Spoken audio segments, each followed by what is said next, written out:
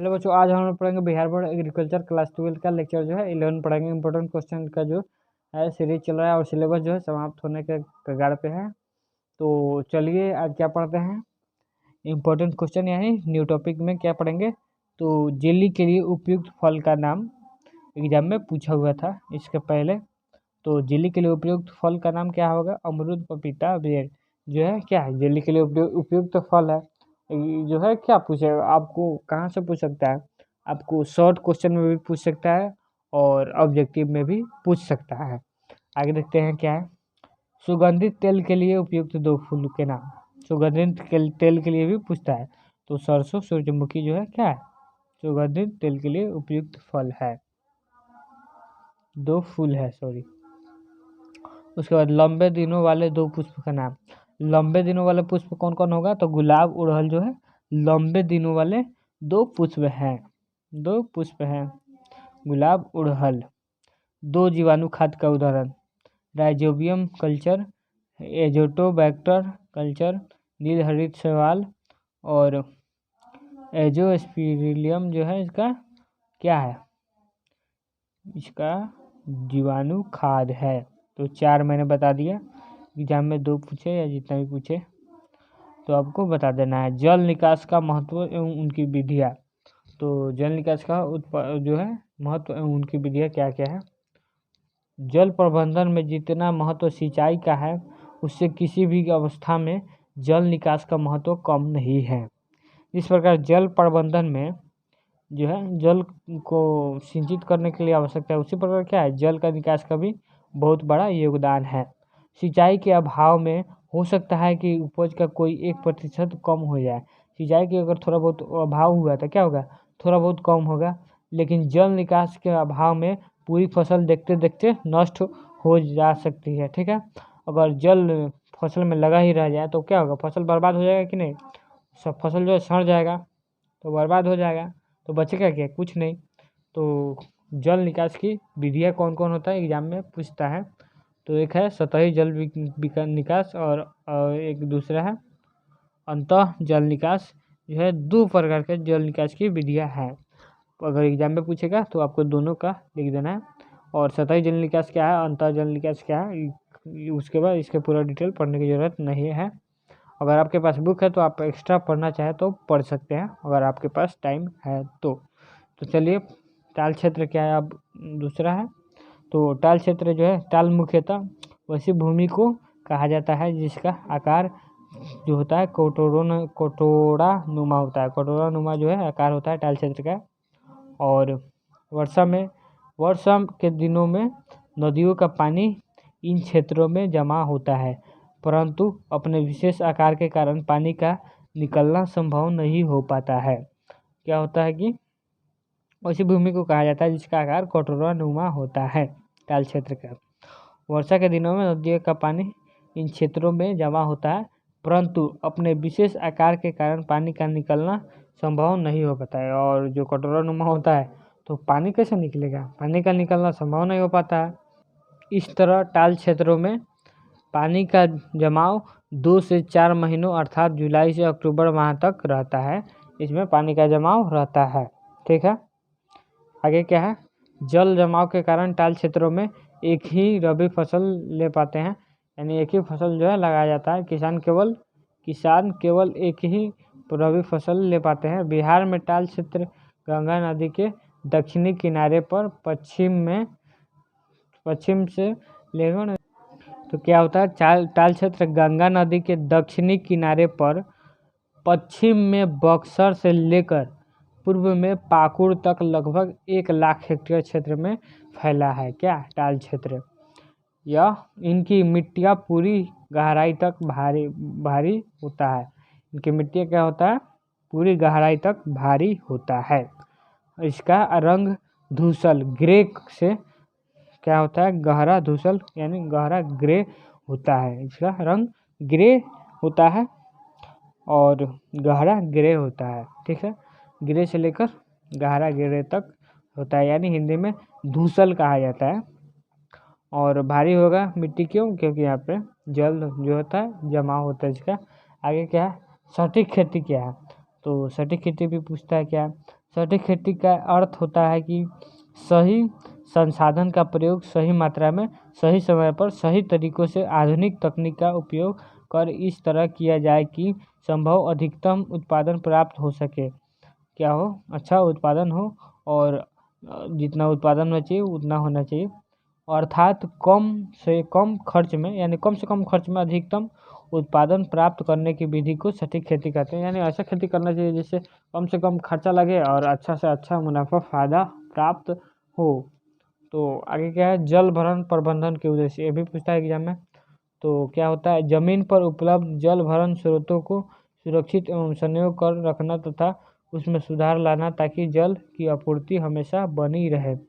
जमीन पर उपलब्ध जल भरण स्रोतों को सुरक्षित एवं संयोग कर रखना तथा उसमें सुधार लाना ताकि जल की उपलब्धता हमेशा बनी रहे। यानी जल को हमें बचाना चाहिए, जल को हमें सुरक्षित रखना चाहिए, उसी का क्यों है उद्देश्य, तो वही उद्देश्य है।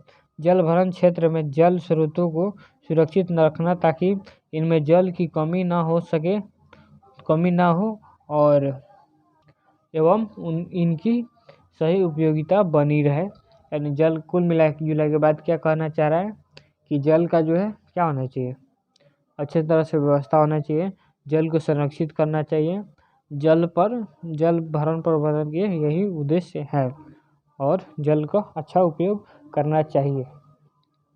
जल भरण प्रबंधन के अभी और उद्देश्य है। तो तीसरा क्या है, मिट्टी क्षरण को रोकना ताकि जल भरण क्षेत्र में मिट्टी जमा नहीं हो एवं जल भरण क्षेत्र में जल धारण क्षमता बरकरार रहे। भूमि की बिगड़ती हालात में सुधार होना चाहिए। बाढ़ के दिनों में पानी का बहाव नीची ढलान में बनी रहे। ये सब क्या है, जल भरण प्रबंधन के उद्देश्य है। वर्षा जल का जमीन में नीचे की ओर रिसाव बनी रहे। फसल की उत्पादकता में सुधार हो। बाढ़ जल प्रबंधन द्वारा बाढ़ से होने वाली क्षति को कम करना। भूजल पुनर्भरण में बढ़ोतरी हो एवं शुद्ध एवं मुहैया कराना, शुद्ध जल मुहैया कराना ताकि हरियाली बनी रहे एवं प्रदूषित जल का सही प्रबंधन हो सके। जल भरण प्रबंधन द्वारा मृदा एवं जल दोनों को संरक्षित रखा जा सकता है। इससे क्या फायदा होगा, मृदा भी सुरक्षित रहेगा और जल भी सुरक्षित रहेगा। बाढ़ के दिनों में क्या होता है, पानी का नीची ढलान में बनी रहे, पानी जो है बनी रहेगी नीची ढलान में। और आगे देखते क्या है, भूमि का जो है बिगड़ती हालात में सुधार होना चाहिए। मिट्टी क्षरण को भी रोकना ताकि मिट्टी जो है कटे नहीं और ज़्यादा बेकार नहीं हो, क्षारीय ना ज़्यादा क्षारीय हो ना अम्लीय हो। जल भरण क्षेत्र में मिट्टी जमा नहीं हो एवं जल भरण क्षेत्र में जल धारण क्षमता बरकरार रहे, जल धारण क्षमता भी बरकरार रहे।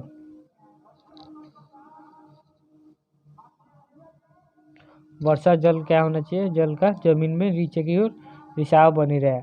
अब क्या है, अनुबंध खेती क्या है, अनुबंध खेती का वर्णन करें, अभी एग्जाम में पूछा हुआ है। देश में अनुबंध खेती का मौजूदा और लगभग 1989 में पंजाब में होशियारपुर में पेप्सी फूड लिमिटेड द्वारा टमाटर संसाधन संयंत्र की स्थापना के साथ शुरू हुआ था। ठीक है, देश में अनुबंध खेती का मौजूदा और लगभग 1989 में पंजाब में होशियारपुर में पेप्सी फूड लिमिटेड द्वारा टमाटर संसाधन संयंत्र की स्थापना के साथ शुरू जो है क्या हुआ था, अनुबंध खेती। तो अनुबंध खेती की मूल रूप से तो उत्पादक किसानों तथा कार्यकर्ता कंपनियों ग्राहकों के बीच अग्रिम अनुबंध के तहत एक निर्धारित मूल्य पर कृषि बागवानी आदि उत्पादों के उत्पादन व पूर्ति विक्रय की एक व्यावसायिक व्यवस्था है। इसमें उत्पादक किसान एक निश्चित मात्रा में कृषि उत्पादों को निश्चित समय पर कंपनियों अनुबंध करने वाले फार्मर एवं ग्राहकों को उपलब्ध कराते हैं तथा खरीद कर क्या करते हैं। यहाँ पे मेनली बात क्या है, यहाँ पे समझाने की कोशिश किया जा रहा है कि अगर कोई किसान जो है फसल लगाता है तो उसका रेट जो है एक अच्छा लेवल में होना चाहिए, ना उसका कम होना चाहिए ना ही ज़्यादा भी होना चाहिए, ऐसे लेवल में होना चाहिए जिससे किसान जो है क्या हो, उनको मनोबल बढ़े और आगे जो है खेती करे वो लोग और अच्छे से उन्हें फ़ायदा हो। इसी के कारण क्या होता है, अनुबंध खेती उसी में किया जाता है जिससे किसान अधिक से अधिक उपज भी करे, बागवानी भी लगाए इसमें, ठीक है, मूल्य पर कृषि भी करे और आपूर्ति विक्रय की एक व्यावसायिक व्यवस्था है। आगे देखते हैं क्या है। तो तथा खरीद कर पूर्व निर्धारित मूल्य देकर उत्पाद को अधिग्रहित करते हैं, यानी रेट जो है फिक्स कर लेते हैं, उसी के हिसाब से जो है क्या करते हैं, जो फसल होता है उसी को सेल करते हैं। आगे क्या है, खाद्यान्न उत्पादन जहां पिछले कुछ दशकों में तेजी से बढ़ा है, फिर भी अभी चुनौतियां खत्म नहीं हुई है।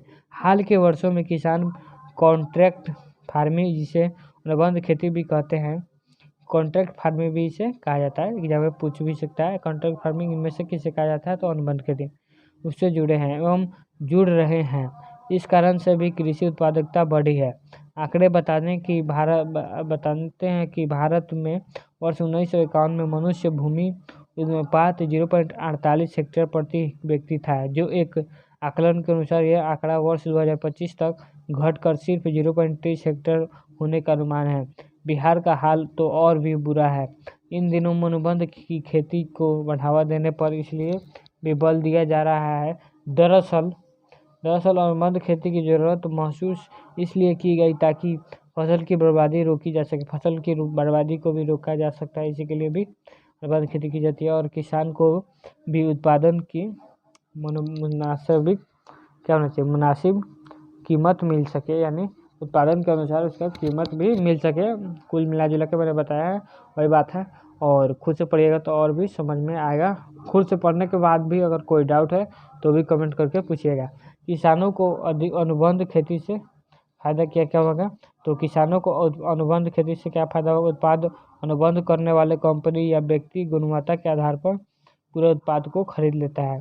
गुणवत्ता के आधार पर जो है उसका फसल जो है खरीद लेता है, कंपनी हो या व्यक्ति जो है खरीद लेता है। जैसा फसल होगा वैसा उसका रेट और अच्छे रेट में जो है बिकेगा। किसानों को व्यापक रूप से प्रबंधन तकनीकी एवं प्रसार का सेवा प्राप्त होता है। व्यापक रूप से प्रबंधन तकनीकी एवं प्रसार का सेवा प्राप्त होता है, यानी प्रसार भी होता है इससे, और उनका जो है फसल अच्छा होगा तो अच्छा जो है रेट मिलेगा। ये नहीं कि फसल अच्छा हो या बुरा हो सबका रेट एक ही लगा दिए, तो ऐसा बात नहीं है। इसी को सुधारने के लिए भी किया गया है। किसानों को उत्पादन में लगने वाले कारक और उत्पादन सेवा प्राप्त होता है।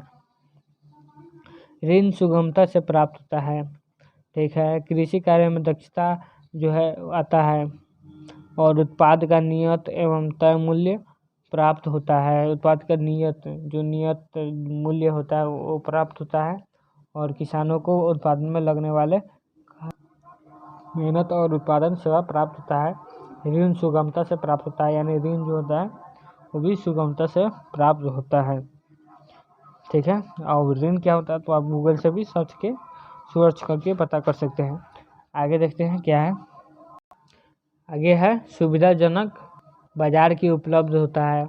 बाजार की सुविधाजनक क्या होता है, उपलब्धि होता है। किसानों को अनुबंध खेती से अब नुकसान क्या होगा, उसका फायदा देख लिया। अब नुकसान क्या होगा, कृषि में जोखिम बढ़ जाता है, इनके उत्पाद को गुणवत्ता में कम आंका जाता है, धांधली होता है इनके साथ, किसानों के साथ एक ही फसल का वर्चस्व होता है, उनके हित का फसल नहीं होता है। यानी इन सभी चीज़ों को सुधारने की ज़रूरत है, नहीं तो जो है अनुबंध खेती से कोई फ़ायदा नहीं होगा। तो चैनल पर नहीं तो चैनल को आज की वीडियो में इतना ही है। चैनल पर नहीं तो चैनल को सब्सक्राइब कीजिए, वीडियो को लाइक कीजिए। आपका एक लाइक और सब्सक्राइब हमें मोटिवेट करता है, और अपने दोस्तों के पास भी शेयर कीजिए जो क्लास 12th एग्रीकल्चर का पढ़ना चाहते हैं, 2024 के एग्ज़ाम देना चाहते हैं, और सिलेबस जो है आपका समाप्त होने वाला है। मैंने जितने भी क्वेश्चन यानी जितने भी सारे लेक्चर पढ़ाए हैं उन सभी जो है आपके एग्ज़ाम के व्यू से ही है मैंने जो भी पढ़ाया है, और ऐसा नहीं कि मैंने आपको लग रहा होगा कि अगर कम है तो ऐसा बात नहीं है। जो भी है जितना भी पढ़ाया हमने वो आपके लिए काफ़ी है। अगर अच्छे से पढ़ेंगे तो आपका अच्छा मार्क्स आएगा, और आप पढ़ भी सकते हैं, कोई ख़ास भारी चीज़ नहीं है। और कोई भी डाउट हो तो कमेंट ज़रूर कीजिएगा। ऐसा नहीं है कि मैंने कम पढ़ाया है, मैंने उसी को क्या शॉर्ट नोट्स बना के पढ़ाया है। आप उसको बड़ा करके भी लिख सकते हैं अगर आपको समझ में आता है। नहीं समझ में आएगा तो भी कमेंट कीजिएगा। मिलते हैं अगले वीडियो में, तब तक के लिए बाय।